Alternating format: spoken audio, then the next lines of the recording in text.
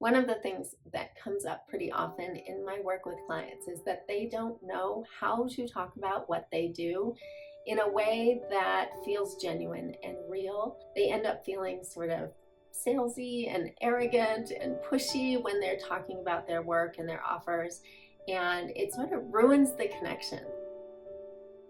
The reason that that's happening is that the person you're talking to does not yet know why they should trust you. You're talking about your work in possibly very vague terms, which can come across as salesy. And you're right, you aren't being genuine because you're not giving them the specifics. Over the years, I've experienced this too. So I've had to think about it a lot. And especially as an introvert, it's hard to talk about yourself. You hesitate to do that. But the truth is that your ideal clients need to hear from you exactly what makes you good at what you do, what you love about your work. And so over the years, I've developed kind of a specialty in helping clients figure out that genuine language that they need to be able to talk about themselves with really natural confidence, not a pushy, memorized elevator pitch or anything like that, just the real words that feel right for them to talk about what they do. I'm Annie Kipp, and I am a coach. I work mostly with entrepreneurs and executives, and I'm really committed to what I have discovered works for me, which is to be able to use language that feels truly genuine, not a memorized elevator pitch, not something that is a line that you're pulling out whenever you need it, that you've really done the internal work of thinking about what is it that you're good at, what do you love about what you do, and letting that just flow and letting yourself be able to just say what it is that you do. I love my work because I love helping people get to this point where they are feeling completely relaxed talking about what they do. I love helping them get past the barriers that come up as you're talking about yourself. There's going to be things that all of a sudden there's a glitch and you're thinking and you hesitate and maybe you resort to kind of vague language talking about yourself. And we work through in the coaching the back thoughts, the things that maybe you've been conditioned to believe about yourself or about how it is right to talk about yourself. We all have stuff that has been kind of input into us over the years that isn't serving us. So in order to get to that point where you feel really genuinely confident, we need to work through some of those thinking patterns that are embedded in you in order to kind of lay them to rest so that they don't get in the way as you are talking about yourself and your work. Yes, I have a background in marketing and positioning, but this is so much more than that. This is not an artificial way of talking about yourself. This is looking for the genuine kernels of truth. When you can come to the actual truth of what you're good at and what you love about the work that you do, you will make that connection. You will come across as trustworthy. It does feel a little more vulnerable to do this. I just want to acknowledge that. It is so much safer to use vague terms and just say, I transform lives, or I help people find their best path forward. Things like that sound salesy, even though we feel more comfortable saying them. It is more vulnerable to say specifically that you are good at something, that this is something you love to do. My goal for you and the best outcome is when you come up with this language that just feels completely natural to say, just as if you were telling someone apples are red. It isn't a sales pitch, it just is. This is just who you are, and this is just what you love and what you're good at. And I also want to say, it's not disingenuous to think ahead of time about what you want to say.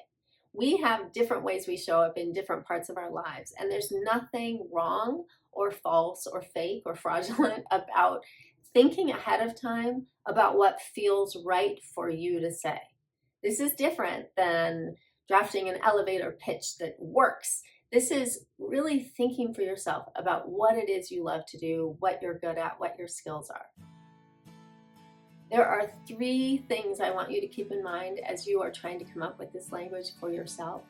And the first one is keep it light, keep it fun, keep it friendly. It doesn't have to be serious and it doesn't have to be professional. You are connecting with another human. They need to see who you are and see kind of just the humanity behind who you are, what you do, and why you love what you do.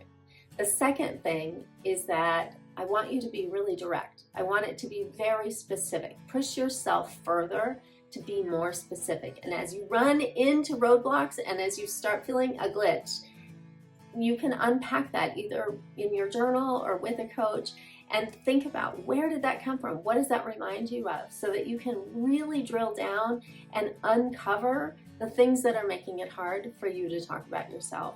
And the last thing is that I want you to let your enthusiasm shine through. You're excited about your work. I know you are. This is what you want to be doing. So let it show. Let people see that you love it. If there's some specific thing about what you do and how you do it that people might not have thought of, be willing to share that because it means something to you. And that human connection that will come from them seeing your enthusiasm, that enthusiasm is not only bonding and helps people trust you, but it's contagious and it lets people kind of get in on the enthusiasm you have for the work that you do. And if this is right for them, then that will show. That will be clearer to them. You're not trying to talk people into buying your stuff when they don't really need it or it won't really help them. You have to be coming from this place of real service and wanting to share what you have with people so that it helps them. The people I work with are trying to build connection with people and have real relationships with the people that buy from them because they really are genuinely interested in helping them. There are some phrases that you might want to use as prompts in your journal to help you get really specific. One of the phrases is, the thing that I'm especially good at is, and maybe just brainstorm some ideas and see which ideas come across and feel really real to you and feel resonant. You'll know when something feels right to you, and that's a good direction to go in and maybe drill down further. Another phrase that might or might not be comfortable for you, try it out, is my superpower is. And that's something that if you can identify what it is your superpower. My superpower is that I can really see what people are trying to say about themselves and help them find the language. Sometimes they don't see it as much as I do when they're talking about the work that they do. I have a superpower around really encapsulating that into words, and then they can pick from those words. My clients don't use my exact words, but it helps them find their own words. Another phrase to try is, the special skill that I bring to what I do is. And so for me, I might say the special skill that I bring to what I do is really careful listening. I am listening for patterns in what you're saying. I'm listening for where your voice has emotion around when you're talking about what you do. I am a really careful listener with my clients so that I can help them pick up on those pieces that maybe they're skipping over. Often if there's emotion, it's not comfortable. So a coach can help you notice where you are having some emotion and be able to kind of help you see that maybe that's a gold mine. Maybe that's a place where you need to really look and drill down to find the gems that are in there that can help you talk about yourself. And the last phrase that I want to share with you is just simply, what I love about what I do is. If you can just share what you love about what you do, it will create a connection with somebody else. They may not need what you do, but they will at least be connected with you. They will get a sense of you.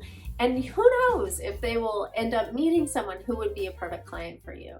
Being genuine and saying what is true for you will never be a mistake. It will never not create more connection, and all good things come from connection. We're humans. We want to work with people we like and trust and feel like we know. So don't deprive yourself and your clients of this information. Don't hide behind modesty or trying to be humble and end up using this vague language that ends up sounding salesy and cringy anyway. That's not what you want. So I really encourage you to be brave, drill down for yourself, either with a coach or in your journal, about what it is that you actually are good at and what you love about your work, and then be willing to share it. Find the language that will make you feel comfortable, really natural talking about yourself, so that it isn't a stretch. It isn't something that you dread when someone says, what do you do? You have this on the tip of your tongue and you're ready to go and make connections and just have a conversation with another human. If you'd like some more support around this, of course, feel free to reach out to me. I have a newsletter, I have some free resources. If you tell me what you're specifically struggling with or what you're working on, I will send you the specific things that I think could help you best.